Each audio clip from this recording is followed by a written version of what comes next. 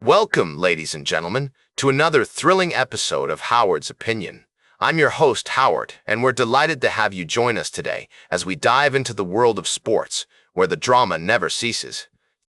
Today, we're going to tackle a fascinating topic that's been making waves in the basketball community, particularly among our female athletes.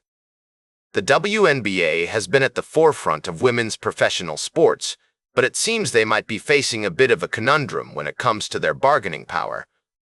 Now, as many of you may know, the concept of decertification and antitrust lawsuits has been used by various professional sports unions as a leverage tool in labor negotiations. The so-called nuclear option allows players to challenge the league's rules and restrictions on player movement and compensation, potentially leading to significant changes in how leagues operate. However, it appears that the WNBA Players Association, or WNBPA, might not have this option at their disposal. The reason for this lies in the fact that many top WNBA players have alternative employment opportunities, such as playing in international leagues like the EuroLeague Women, or participating in other professional women's basketball competitions. In fact, some of these players have even taken matters into their own hands by forming their own league, Unrivaled, a 3-on-3 competition that's been gaining traction. Now, you might wonder how this affects the WNBPA's bargaining power. Well, my friends, it's quite simple. If the WNBA players can easily find alternative employment opportunities without suffering significant financial losses, then the league might not be considered to have sufficient market power to unreasonably restrain the labor market for professional women's basketball players.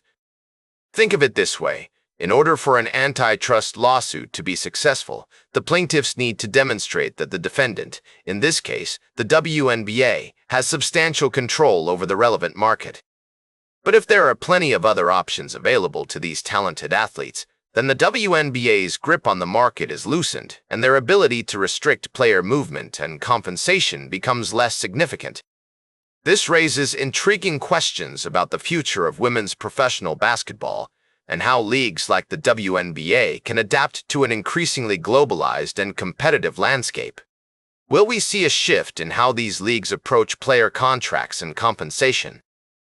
How will this impact the overall growth and popularity of women's sports? These are just some of the topics we'll be exploring in more depth as we continue our conversation on Howard's Opinion. For now, it's clear that the WNBPA faces a unique set of challenges in their negotiations with the WNBA, and it will be fascinating to see how this situation unfolds. We'll be right back with more fascinating sports news on Howard's Opinion. Welcome back to Howard's Opinion. We're diving into the world of sports now, and I've got an exciting update for all you soccer fans out there. The 2025 MLS Cup playoffs are just around the corner, and we're breaking down the bracket, schedules, and scores for you. So, let's get straight into it.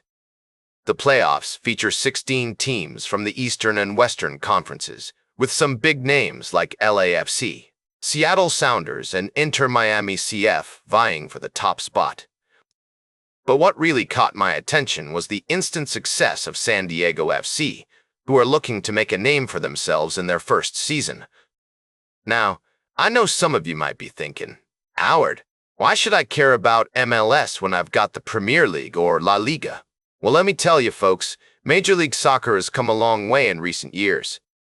The talent pool is deeper than ever, with international stars like Lionel Messi and Hirving Lozano joining the league. And speaking of Lozano, his availability for San Diego FC is uncertain due to a public blow-up with the team's coach, Mikey Varas.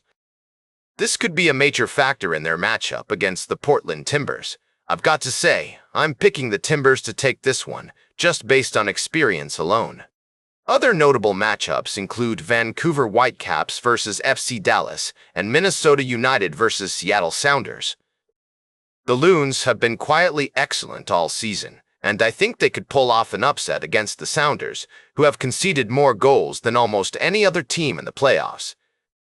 Of course, we can't forget about the big guns like LAFC, who are looking to add to their trophy case after a disappointing few years.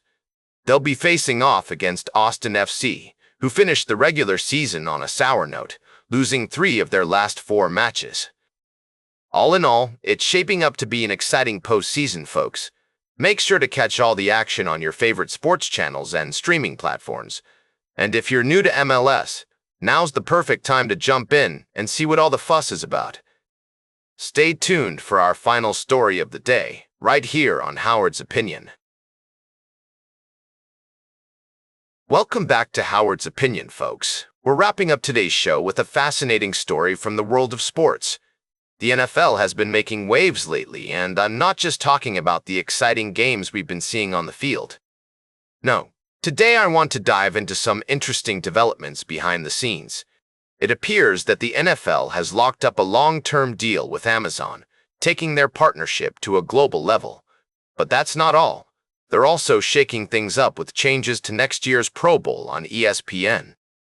Now, I know what you're thinking. What does this mean for fans like us? Well, let me break it down for you. Firstly, the NFL's deal with Amazon is a big one. It's a sign of the times, really, the league recognizing the importance of streaming and online platforms in reaching their audience. And with Amazon on board, we can expect to see even more innovative ways for fans to engage with the sport.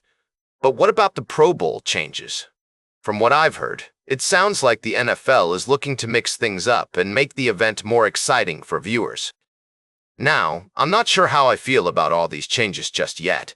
Part of me thinks it's great that the NFL is trying new things and pushing the boundaries of what's possible. But another part of me worries that they might be messing with a formula that's already working pretty well.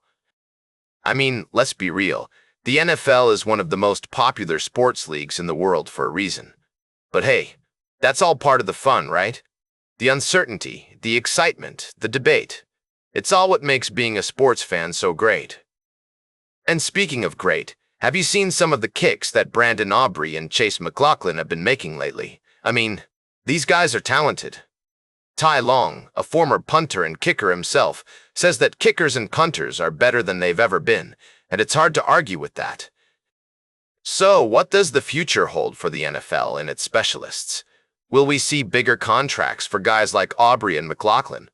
Only time will tell, but one thing's for sure, it's going to be an interesting ride. And that's all for today's Howard's Opinion. Remember to like, share, and subscribe. And until next time, these are some of my humble thoughts.